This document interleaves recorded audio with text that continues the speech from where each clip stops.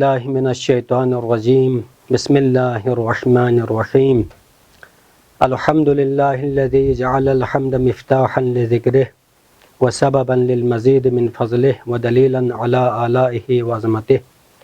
والصلاة والسلام علی اشرف الانبیاء والمرسلین حبیب الہ العالمین ابی القاسم مصطفیٰ محمد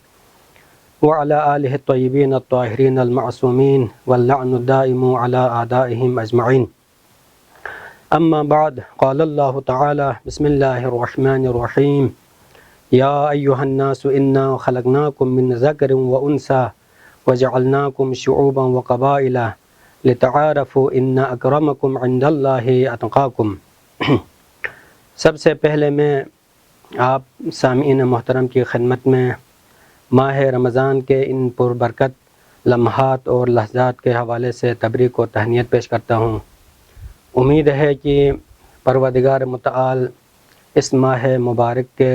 خاص الطاف اور اپنے اس خاص کرم جو ہے ہمارا شامل حال ہو جائیں اور ہمیں جو ہے ضیافت الہی کا وہ حق حاصل ہو جائیں. تو میں آپ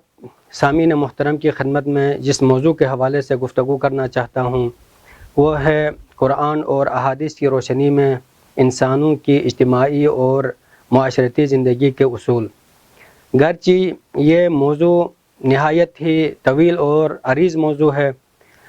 اس مختصر سے موقع میں اور اس مختصر سی فرصت میں اس موضوع کے حوالے سے تمام تر مباحث کو یہاں پہ پیش کرنا ممکن نہیں. اس کے لیے ایک محرم کا عشرہ یا ایک رمضان کا مہینہ چاہیے جس میں اس موضوع کے تمام تر پہلو پہ بحث کی جائے. تو البتہ میری یہ تمنا اور خواہش ہے کہ اس موضوع کا ایک خاکہ سامعین کی ذہن میں خصوصاً جوانوں کی ذہن میں بیٹھ جائیں، کیونکہ آج کل کی ہماری اجتماعی اور معاشرتی زندگی نہایت ہی پیچیدہ اور سخت سے سخت تر ہوتی جا رہی ہے دن بدن. تو لہٰذا ہمیں اس سخت ماحول میں اور اس سخت دور میں، ماڈرن اس دور میں اور ٹیکنالوجی سے پیش رفتہ اور لیس دور میں ہمیں اچھی زندگی گزارنے کے لیے، مطلوب زندگی گزارنے کے لیے ایک مسلمان اور ایک دیندار ہونے کے حوالے سے ہمیں ان اصولوں کی نسبت آگاہی بہت ہی ضروری ہے. اگر ہمیں ان اصولوں کے حوالے سے ہمیں علم نہ ہو کہ دینی تعلیمات کے حوالے سے ہم نے اجتماعی زندگی ہم نے کس طرح گزارنا ہے اور ہم نے آپس میں اپنا مل ملاپ اور آپس کا واسطہ اور آپس کا رابطہ کن اصولوں کے مبنا کے مطابق ہونا چاہیے، اگر ہمیں ان چیزوں کا علم نہ ہو تو یقیناً ہم خسرت دنیا والآخرہ ہوں گے. یا دنیا ہماری ہاتھ سے نکل جائے گی یا آخرت ہمارے ہاتھ سے نکل جائے گی. تو لہٰذا اس موضوع کے اس اہمیت کے حوالے سے میں نے اس موضوع کو انتخاب کیا ہوں. تو سب سے پہلے جس آیے شریفہ کی تلاوت میں نے کی، اس آیے میں پروردگار متعال 3 مہم نکات کی طرف اشارہ فرما رہے ہیں. سب سے پہلا نقطہ انسان کی خلقت ہے، اور دوسرا نقطہ خلقت کے بعد انسان کی زندگی کا مرحلہ، اور تیسرا جو نقطہ اور تیسری جو مطلب ہے وہ انسان کی اس زندگی کا ہدف اور مقصد. یقیناً اس آیے میں بھی پروردگار عالم صریحتاً اور صراحتاً فرما رہے ہیں، ارشاد فرما رہے ہیں کہ اولاً تو انسان کی خلقت جو ہے ایک مرد اور عورت سے انسان کی خلقت وجود میں آئی، اور دوسرے مرحلے میں خلقت کے بعد انسان کی زندگی کو مختلف شعوب اور قبائل ملتوں کے شکل اور قبیلوں کے شکل میں پروردگار عالم نے انسانوں کی زندگی کو قرار دی. اور اس زندگی کے علاوہ اس کے بغیر، اس اجتماعی اور معاشرتی زندگی کے بغیر انسان کو زندگی کرنا غیر ممکن ہے. انسان صرف اور صرف انفرادی زندگی گزار نہیں سکتا. انسان کسی غار میں جا کے یا کسی پہاڑ پہ جا کے یا کسی جنگل میں چھپ کے وہ زندگی بسر کرنا اس کے لیے ممکن نہیں، بلکہ انسان کی زندگی معاشرے کے اندر، انسان کی زندگی اجتماع کے اندر، انسان کی زندگی دوسرے ملتوں کے درمیان اور قبائل کے درمیان اس کو زندگی گزارنا ہوگا. اور تیسرا نقطہ جس کی طرف ارشاد فرما رہا ہے، اشارہ فرما رہا ہے پروردگار عالم، وہ اس زندگی کا ہدف اور اس کا مقصد ہے۔ اگرچہ ظاہراً جو ہے اس اجتماعی زندگی کا ہدف ایک دوسرے کی پہچان ہے، تعارف ہے، اما حقیقتاً اس اجتماعی زندگی سے تقوی اور پرہیزگاری اور اپنی آخرت کی آبادانی ہے، جیسا کہ اسی آیت میں بھی پروردگار فرما رہا ہے کہ ان اکرمکم عند اللہ اتقاکم، یقیناً پروردگار کے ہاں سب سے باعزت ترین اور کرامت ترین انسان وہ ہے جو سب سے زیادہ متقی اور پرہیزگار ہو۔ تو لہٰذا ہم نے اس زندگی میں، اس معاشرتی اور اجتماعی زندگی میں اپنی مادی زندگی کو تامین کرنے کے ساتھ ساتھ اپنی آخرت اور اس تقوی کے مدارج اور مراتب کو بھی ہم نے طے کرنا ہے۔ لہٰذا ان اصولوں کو اب یقیناً جب پروردگار عالم نے ہمارے لیے ہماری زندگی کو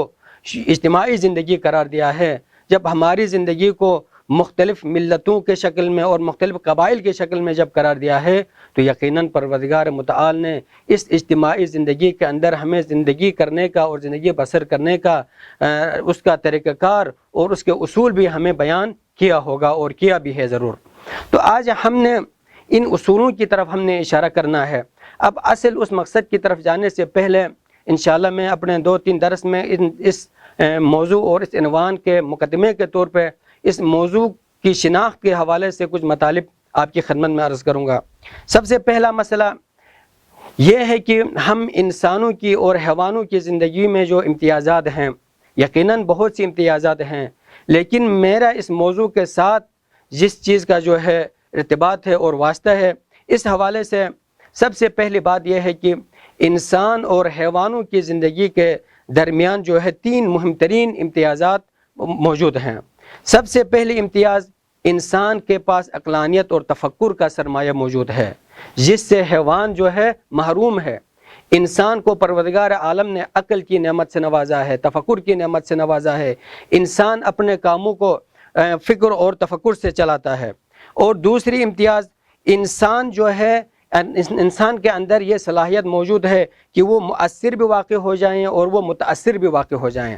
انسان اپنے سے باہر والا ماحول سے اور دوسرے انسانوں سے متاثر بھی ہوتا ہے اور دوسرے انسانوں کو وہ متاثر کر بھی سکتا ہے، اس کے اوپر اثر انداز ہو بھی سکتا ہے۔ دوسرے انسانوں کے افکار سے، ان کے افعال سے جہاں تک انسان متاثر ہوتا ہے، اسی طرح انسان اپنے افکار اور افعال کے ذریعے سے دوسرے انسانوں کو اوپر اثر گزار بھی ہو سکتا ہے۔ اور تیسری فرق اور تیسرا جو امتیاز ہے وہ یہ ہے کہ انسان کے منافع کا دائرہ حیوانوں کی نسبت جو ہے وسیع ہے۔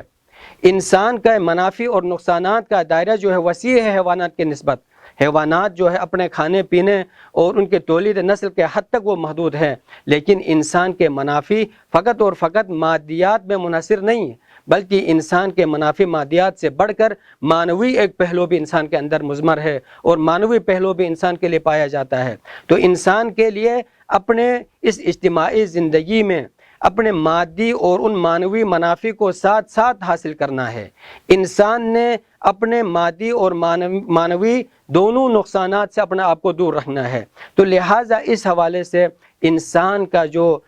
کی جو اجتماعی زندگی کا جو دائرہ ہے اور جو پہلو ہے وہ وسیع ہے حیوانات کی نسبت۔ تو لہٰذا اس اعتبار سے انسان کی زندگی انفرادی اور اجتماعی زندگی ایک دوسرے کے اوپر اثر گزار بھی ہے۔ جس طرح انسانوں کے افراد سے جو ہے اجتماع بنتا ہے، معاشرہ بنتا ہے، اسی طرح انسان کا معاشرہ انسان کے انفرادی زندگی کے اوپر بھی اثر گزار ہوتا ہے، اس سے بھی وہ اثر لیتا ہے، متاثر ہوتا ہے۔ تو لہٰذا جب تک ہمیں ان اصولوں کے بارے میں ہمیں علم و آگاہی نہ ہو، ہم اس دنیا میں صحیح زندگی، وہ مطلوب اور وہ الہی زندگی جس میں ہماری دنیا بھی آباد ہو اور اس میں ہماری آخرت بھی آباد ہو، اس کو ہم بسر نہیں کر سکتے اور اس زندگی کو ہم حاصل نہیں کر سکتے۔ تو آخر میں دعا ہے کہ پروردگارہ ہمیں اس اپنی اجتماعی اور انفرادی زندگی سے صحیح معنوں میں ہمیں فائدہ حاصل کرنے کی توفیق عطا فرمائے۔ وآخر دعوانا ان الحمد للہ رب العالمین۔